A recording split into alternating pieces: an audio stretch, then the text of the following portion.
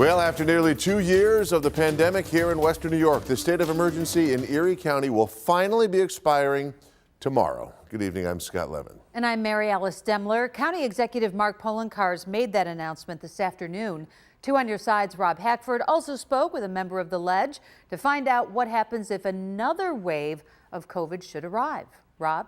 Yeah, Scott and Mary Alice, this is the last pandemic-related measure still in effect in Erie County. Every other mandate for masks and so on have been eliminated up until this point. And as of tomorrow, Saturday, March 5th, it'll be the first time since March of 2020 without COVID oversight at the county level.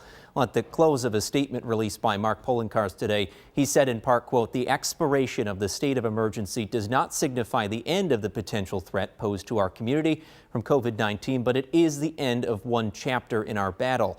Well, that chapter will require legislative approval if the county thinks a new emergency arises. A spokesperson for the county executive said powers could be brought back if things get bad, but also that no one wants that.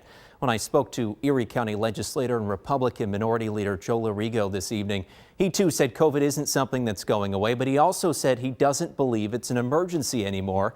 His caucus previously pushed to remove the county executive's powers, so he had mixed reactions, but said if a new variant or other more severe situation arises, they will respond.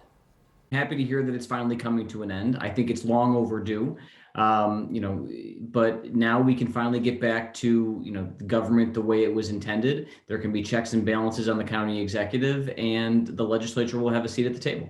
My caucus in the minority has always said if there is something that is that important, we are more than willing to come to the table for an emergency session at a moment's notice. And, 11 heads or 12 heads, including the county executive, are better than one. Well, I asked Lorigo what grade he'd give Poloncarz for responding to the pandemic. He said it wouldn't be a single letter, but more so a scale, with lower marks in more recent months and higher ones at the start of the pandemic. As for the governor's emergency declaration, that too is nearing expiration on March 16th. Scott and Mary Alice.